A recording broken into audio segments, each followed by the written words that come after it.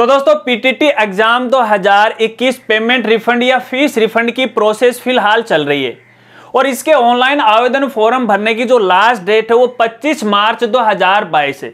यानी counselling fees refund के लिए आपको 25 मार्च से पहले ऑनलाइन आवेदन वो करना पड़ेगा।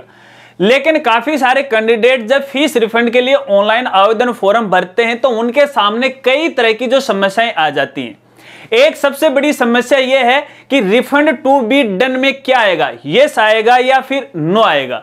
इसके अलावा हमारा जो पेमेंट है वो कब वापस रिफंड होगा, बैंक डिटेल है वो किसकी भरें, ऑनलाइन आवेदन फॉर्म भरते समय कुछ डिटेल हमने गलत भर दी, जैसे आईएफएससी कोड है, बैंक डिटेल है, अकाउंट होल्डर का नाम है, एड्रेस प्रूफ है, तो क्या हमें पेमेंट मिलेगा या नहीं मिलेगा। इसी तरह के कई सवाल हैं, इन्हीं सवालों के जवाब इस वीडियो में देने वाला हूं। यानी पीटीटी एग्जाम 2021 की फीस रिफंड में आने वाली समस्याओं के समाधान के बारे में इस वीडियो में मैं आपको बताने वाला हूं। अगर आपके सामने भी इस तरह की समस्याएं आ रही हैं तो मेरे साथ वो आप बने रहिए। नमस्कार साथियों, मैं हूं आपका अपना साथी राज गुरजी और आप देख रहे हैं राज स्कूल हेल्प यूट्यूब चैनल। तो चलिए वीडियो को शुरू करते हैं और एक एक सवाल है वो लेते हैं और सवालों की जो लिस्ट है वो भी मैंने मेरे आगे वो रख रखी है। देखिए पहला सवाल और सबसे बड़ी समस्या हमारे दोस्तों के सामने जो आ रही है वो आ रही है कि हमारा जो पेमेंट है वो 2 बार कट गया, तो क्या हमारा एक जो पेमेंट है वो वापस रिफंड होगा या नहीं होगा। अब देखिए पेमेंट को लेके यहाँ पे 2-3 तरह के सवाल बनते हैं। एक तो पेमेंट वो है जब आपने काउंसलिंग करवाई थी और काउंसलिंग के समय 5000 रुपए की राशि जमा करवाई थी, एक तो वो पेमेंट है। इसके अलावा जब आपको कॉलेज आवंटित हो गई और कॉलेज की फीस आप जमा करवा रहे थे तो उस समय वाले पेमेंट की बात है।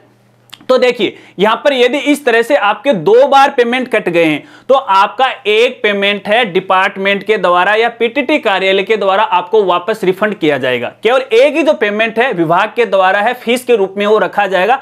आपसे 2 तरह के भुगतान है वो नहीं लिए जाएंगे और इसकी जो जानकारी है आपको ऑनलाइन आवेदन फॉर्म भरते समय वो देनी पड़ेगी। जहां पर अपन ट्रांजैक्शन आईडी लगाते हैं उसके नीचे एक एक्स्ट्रा ट्रांजैक्शन आईडी या चालान जनरेट आपको करना पड़ेगा, वहां पे आपको डिटेल डालनी पड़ेगी तो आपका वापस रिफंड हो जाएगा, नो टेंशन। ठीक है, चलिए कैसे रिफंड होगा आगे इसके बारे में और जानकारी आपको बताऊंगा। चलिए इसके अलावा यहां पे दूसरा सबसे बड़ा सवाल यह है कि देखिए हमने काउंसलिंग जो फीस है 5000 रुपए की राशि जमा करवा दी और राशि जमा करवाने के बाद हमें कॉलेज भी मिल गई और कॉलेज मिलने के बाद हम कॉलेज में नहीं गए, यानी कॉलेज की फीस हमने जमा नहीं करवाई। या फिर कुछ दोस्तों का यह भी सवाल हो सकता है कि हमने कॉलेज की फीस तो जमा करवा दी लेकिन उसके बाद हमने डॉक्यूमेंट वेरीफाई नहीं करवाई या फिर हम बीएडी नहीं करना चाहते हैं, तो क्या ऐसे में हमारी काउंसलिंग की फीस और जो कॉलेज की जो फीस है वो वापस रिफंड होगी या नहीं होगी। तो दोस्तों अगर ऐसी स्थिति आपके साथ भी बनी हुई है तो आपको वापस फीस है वो रिफंड नहीं की जाएगी।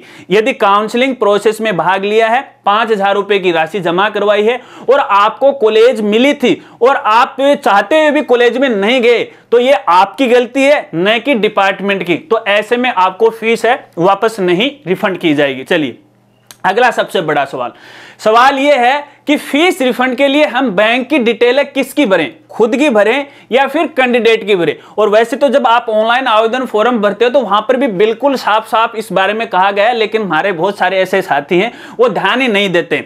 तो देखिए यहां पर जो बैंक डिटेल है केवल और केवल कैंडिडेट के नाम से ही भरी जाएंगी, यानी आपके नाम का खुद का एक बैंक अकाउंट होना चाहिए। आपके मम्मी पापा भाई बहन रिश्तेदार किसी का भी बैंक अकाउंट है वो नहीं चलेगा।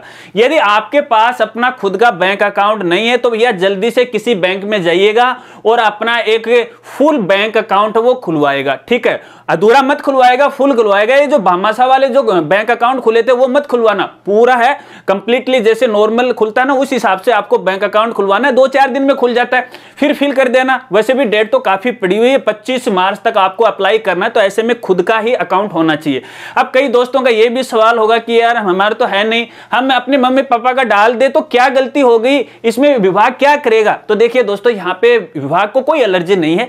एलर्जी पिछले साल हो गई थी, क्योंकि पिछले साल ऐसा ही हुआ था। अगर कैंडिडेट का खुद का बैंक अकाउंट नहीं है तो वो अपने मम्मी पापा या भाई बहन या किसी रिश्तेदार का डाल सकता है और विभाग के द्वारा उनके बैंक अकाउंट में रिफंड भी कर दिया।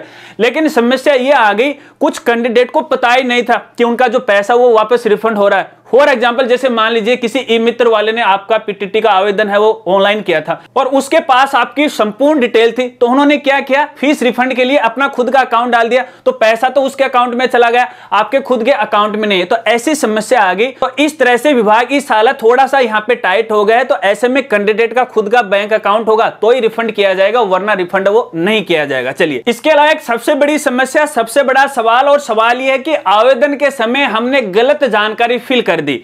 कुछ कैंडिडेट ने तो आईएफएससी कोड वो गलत भर दिए, कुछ ने अकाउंट होल्डर का नाम गलत भर दिया, कुछ ने बैंक का अकाउंट वो गलत भर दिया, कुछ ने एड्रेस प्रूफ है वो गलत अपलोड कर दिया। तो क्या ऐसे में आपका जो पैसा है या जो फीस है वो रिफंड हो जाएगी? तो इसका उत्तर यही है कि बिल्कुल रिफंड हो जाएगी। अब इसका मतलब ये नहीं कि सीधे रिफंड हो जाएगी, ऐसा नहीं है। कैसे होगी, देखिए यहां पे डिपार्टमेंट क्या करेगा, सबसे पहले आपकी अकाउंट की डिटेल है उसे वो वेरीफाई करेगा।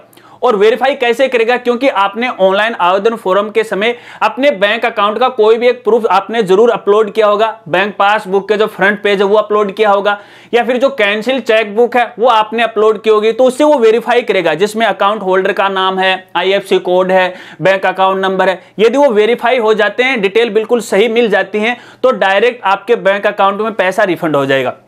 अगर डिटेल मिसमैच होती हैं तो वापस रिवर्ट आपका फॉर्म है आपके पास है, डिपार्टमेंट के द्वारा भेज दिया जाएगा संशोधन के लिए, अपडेट के लिए। फिर आपको उसमें अपडेट करना पड़ेगा और फिर दोबारा फॉर्म है वो आपको सबमिट करना पड़ेगा। अब इसका मतलब ये है कि बार बार आपको अपने फॉर्म का जो स्टेटस है वो चेक करते रहना है। पीटीटी की जो ऑफिशियल वेबसाइट है उस पर विजिट करके अपने फॉर्म का स्टेटस आपको चेक करना है कि डिपार्टमेंट ने हमें क्या गलती निकाली है। अगर कोई गलती है तो उसमें आप अपडेट कर दीजिएगा, फॉर्म सबमिट कर दीजिएगा। अब दोबारा जब फॉर्म सबमिट हो जाएगा तो डिटेल फिर से वेरीफाई की होंगी, और डिटेल वेरीफाई होने के बाद फिर आपके बैंक अकाउंट में पैसा आ जाएगा। चलिए, इसके अलावा एक बड़ी समस्या यह भी है कि कुछ कैंडिडेट ने ऑनलाइन आवेदन फॉर्म भरते समय जो एड्रेस प्रूफ है वो गलत अपलोड कर दिया, क्योंकि दिशा निर्देश में बिल्कुल साफ साफ कहा गया है कि आपने जब पीटीटी का ऑनलाइन आवेदन फॉर्म भरा था और आवेदन फॉर्म के समय जो आपने एड्रेस डाला था वैसा का वैसा ही एड्रेस प्रूफ आपको देना है। मान लीजिए आपने फॉर एग्जांपल जैसे आप दिल्ली में रह रहे हो, दिल्ली का एड्रेस डाला है और अब आप एड्रेस डाल रहे हो राजस्थान का, तो ये बिल्कुल गलत होगा। तो उस समय भी आपको दिल्ली का एड्रेस का प्रूफ ही अपलोड करना पड़ेगा, यानी दोनों जगह आपका जो एड्रेस है वो सेम होना चाहिए। यदि आपने गलत अपलोड कर दिया तो नो टेंशन, आपको कोई टेंशन नहीं लेनी है।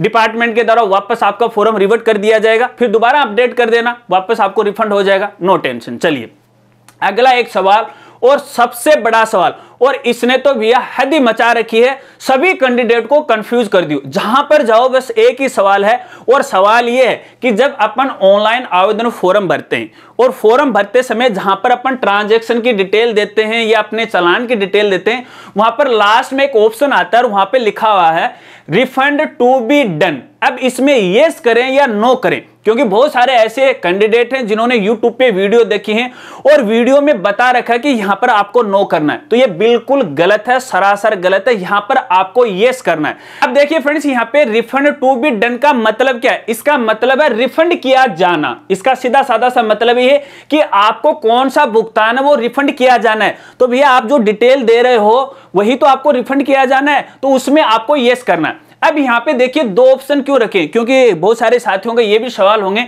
कि यहां पर एक ही रख देते ये क्योंकि सबको रिफंड चाहिए। नहीं भैया, सबको रिफंड नहीं चाहिए, यहां पर दोनों ऑप्शन आने चाहिए थे। क्यों, इसको आप समझ लीजिएगा। देखिए, हो सकता है कि कई बार कैंडिडेट जब ऑनलाइन फॉर्म भर रहे थे तो वहां पे उनके दो ट्रांजैक्शन हो गए, एक ट्रांजैक्शन का यानी एक भुगतान तो उनको वापस नहीं मिलेगा, तो वहां पर देखिए दो चालान के ऑप्शन भी आपको मिल रहे हैं। एक तो बाय डिफॉल्ट आपको मिल जाएगा, ठीक है, एक उसके नीचे चालान जनरेट करने का भी ऑप्शन आपको मिलता है, जहां पर आपको जो रिफंड किया जाना है या फिर दो ट्रांजैक्शन हो गए, आपके बैंक अकाउंट से पैसे कट गए, उसकी भी डिटेल आपसे मांगी गई है। तो ऐसे में एक जो फीस है वो तो आपको रिफंड नहीं की जाएगी, तो ऐसे केस के अंदर तो आपको नो करना है उस चालान की डिटेल में। तो और जो चालान आपको वापस लेना है या फिर जो पेमेंट आपको वापस लेना, ऐसी स्थिति में आपको यहां पे यस करना है। तो दोनों ही ऑप्शन यहां पे होने चाहिए थे। तो ये सवाल मत करो पीटीटी कार्यालय से कि भी ये दो ऑप्शन क्यों दिए। तो फाइनली मैं ये कहूंगा, अगर आपका यहां पे काउंसलिंग फीस आपने जमा करवाई है और कॉलेज आपको आवंटित नहीं हुई है, तो ऐसे केस में आपको यस ही करना पड़ेगा, ठीक है। इसके अलावा मान लीजिए आपका गलत भुगतान हो गया, 2 बार भुगतान हो गया, तो एक चालान में तो ऊपर वाले में तो आपको नो करना है और दूसरे वाले में आपको यस करना है, यानी मुझे इस चालान का जो पेमेंट है वो वापस है, वो रिवर्ट चाहिए या फिर रिफंड चाहिए। तो इसका मतलब यह है रिफंड टू बी डन के अंदर आपको ये सी करना, ठीक है। चलिए, इसके अलावा एक और सबसे बड़ा सवाल बार बार पूछा जाता है, सवाल ये पूछा जाता है कि आखिरकार फीस है वो कब तक रिफंड हो जाएगी। तो यार फिलहाल तो आवेदन प्रोसेस चल रही है, आप तुरंत बस बहुत ही जल्दबाजी करते हो, इसमें आपको थोड़ा सा वेट करना पड़ेगा। अभी तो 25 मार्च तक तो ऑनलाइन आवेदन है वो चल रहे हैं, उसके बाद डिपार्टमेंट धीरे धीरे धीरे सभी के जो डॉक्यूमेंट है उसका वेरिफिकेशन करेगा, क्योंकि ऐसे तो तुरंत सबको रिफंड नहीं कर देगा, सबकी डिटेल उन्हें चेक करने पड़ेंगे। तो ऐसे में 2-3 महीने का समय लग जाएगा, आपको वेट करना, इंतजार करना है। और जैसे रिफंड आने शुरू हो जाएंगे तो यार मैं बैठा हूं ना, आपका राजगुरु जी बैठा है ना, आगे की वीडियो के अंदर मैं आपको जानकारी देता रहूं, क्यों खाम यार आप परेशान हो रहे हो। ठीक है, बस यही समस्याएं थी और इन समस्याओं का समाधान ये था, शायद आप समझ गए होंगे। अब देखिए फ्रेंड्स, ये जो जानकारी मैं आपको दे रहा हूं, मैं मेरे लेवल पे नहीं दे रहा हूं, मैंने पीटीटी विभाग के अधिकारी से मैंने यहां पे बात की है, उनसे सलाह मशुरा करने के बाद इन सभी सवालों के उत्तर मैंने आपको यहां पे दिए हैं। तो ऐसे में एक तरह से आप ये कह सकते हो कि ये ऑफिशियल ही जानकारी है, हालांकि मैं ऑफिस का बंदा नहीं हूं, मेरे पास इसके अलावा और कोई जानकारी नहीं है। ठीक है, जैसे जैसे कोई नया अपडेट आएगा तो आगे की वीडियो के अंदर मैं आपको जरूर जानकारी दूंगा। और इसके अलावा पीटीटी रिफंड को लेके और भी समस्या समाधान के बारे में हमारा दूसरा चैनल है जिसका नाम है ज्ञान कामना यूट्यूब चैनल, उस पर भी मैंने जानकारी दी है। वीडियो का लिंक वीडियो के डिस्क्रिप्शन में, इसी वीडियो के लास्ट में एंड स्क्रीन में मिल जाएगा, तो यार वो भी आप देख लीजिएगा। जानकारी आपको अच्छी लगी हो तो यार वीडियो को लाइक कर देना, शेयर कर देना, और चैनल पर पहली बार आए और अभी तक चैनल को नहीं सब्सक्राइब किया है तो यार इसको भी सब्सक्राइब कर लेना, घंटे वाला भी दबा देना, ऑल नोटिफिकेशन वो टन है ना उसको ऑन कर लेना, ताकि इस बारे में कोई नया अपडेट आए और जब भी चैनल पे कोई वीडियो अपलोड करूं तो एक उसका नोटिफिकेशन है आप तक पहुंच जाए और आप कोई भी अपडेट से वो छूटे नहीं। जानकारी अच्छी लगी हो तो लाइक कर देना। मिलते हैं फ्रेंड्स अगले एक नई वीडियो के साथ, तब तक के लिए जय हिंद, जय भारत।